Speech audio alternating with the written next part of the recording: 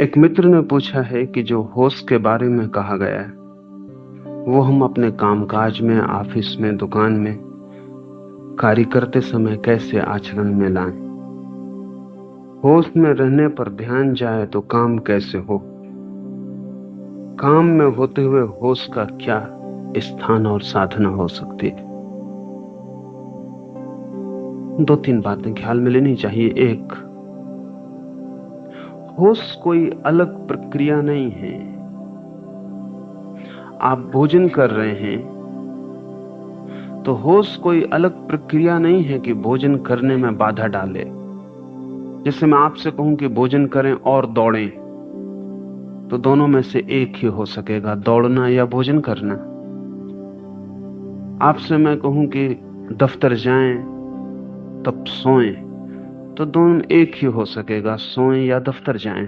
होश कोई प्रतियोगी प्रक्रिया नहीं है। भोजन कर सकते हैं होश रखते हुए या बेहोशी में।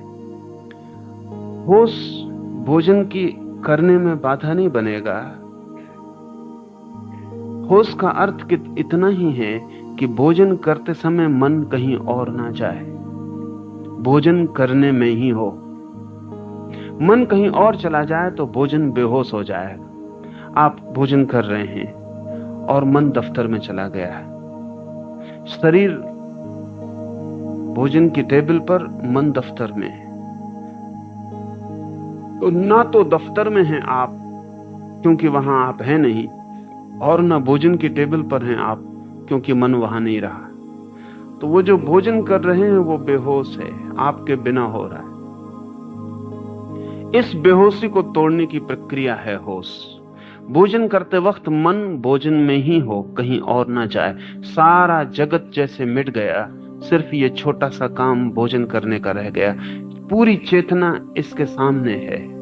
एक कौर भी आप बनाते हैं, उठाते हैं, मुंह में ले जाते हैं, चबाते हैं, तो ये सारा होश पूर्वक हो रहा है। आपका सारा ध्यान भोजन करने में ही है। इस फर्क को आप ठीक से समझ लें। अगर मैं आपसे कहूं कि भोजन करते वक्त राम राम जपें, तो दो क्रियाएं हो जाएंगी। राम राम जपेंगे तो भोजन से ध्यान हटेगा, भोजन पे ध्यान लाएंगे तो राम राम का ध्यान टूटेगा। मैं आपको कहीं और ध्यान ले जाने को नहीं कह रहा हूं, जो आप कर रहे हैं उसको ही ध्यान बना लें। इससे आपके किसी काम में बाधा नहीं पड़ेगी, बल्कि सहयोग बनेगा। क्योंकि जितने ध्यानपूर्वक काम किया जाए उतना कुशल हो जाता है। काम की कुशलता ध्यान पर निर्भर है। अगर आप अपने दफ्तर में ध्यानपूर्वक कर रहे हैं, जो भी कर रहे हैं, तो आपकी कुशलता बढ़ेगी, क्षमता बढ़ेगी, काम की मात्रा बढ़ेगी और आप थकेंगे नहीं और आपकी शक्ति बचेगी। और आप दफ्तर से भी ऐसे वापस लौटेंगे जैसे ताजे लौट रहे हैं। क्योंकि जब शरीर कुछ और करता है, मन कुछ और करता है, तो दोनों के बीच तनाव पैदा होता है। वही तनाव थकान है। आप होते हैं दफ्तर में, मन होता है सिनेमा गृह में, आप होते हैं सिनेमा में, मन होता है घर पर। तो मन और शरीर के बीच जो फासला है, वो तनाव ही आपको थकाता है और तोड़ता है। जब आप जहां होते हैं वही मन होता है। इसलिए आप देखें, जब आप कोई खेल खेल रहे होते हैं तो आप ताजे होकर लौटते हैं। खेल में शक्ति लगती है, लेकिन खेल के बाद आप ताजे होकर लौटते हैं। बड़ी उल्टी बात मालूम पड़ती है। आप बैडमिंटन खेल रहे हैं, कि आप कबड्डी खेल रहे हैं, या कुछ भी, या बच्चों के साथ बगीचे में दौड़ रहे हैं, शक्ति व्यय हो रही है, लेकिन इस दौड़ने के बाद आप ताजे होते हैं। और यही काम अगर आपको करना पड़े तो आप थकते हैं। काम और खेल में एक ही फर्क है, खेल में पूरा ध्यान वही मौजूद होता है, काम में पूरा मौजूद नहीं होता। इसलिए अगर आप किसी को नौकरी पर रख लें खेलने के लिए, तो वो खेलने के बाद थक के जाएगा, क्योंकि वो फिर खेल नहीं है, काम है। और जो होशियार हैं वे अपने काम को भी खेल बना लेते हैं। खेल का मतलब यह है कि आप जो भी कर रहे हैं, इतने ध्यान, इतनी तल्लीनता,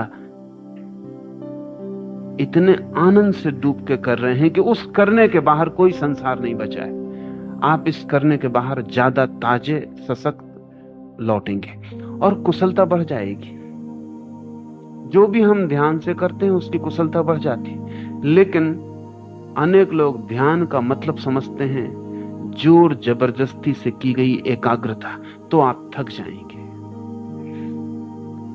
अगर आप जबरदस्ती अपने को खींच के किसी काम पर मन को लगाते हैं तो आप थक जाएंगे। तब तो ये ध्यान भी एक काम हो गया।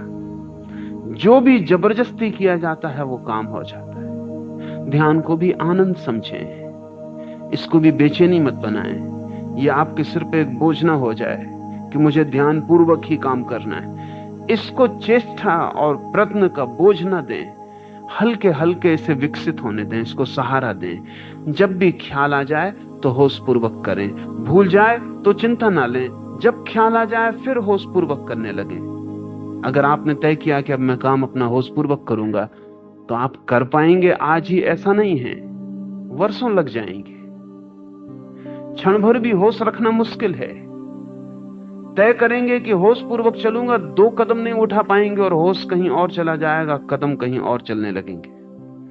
उससे चिंतित ना हो, पश्चाताप ना करें। लाखों लाखों जीवन की आदत है बेहोशी की, इसलिए दुखी होने का कोई कारण नहीं है। हमने ही साधा है बेहोशी को, इसलिए किससे शिकायत करने जाएं। और परेशान होने से कुछ हल नहीं होता है।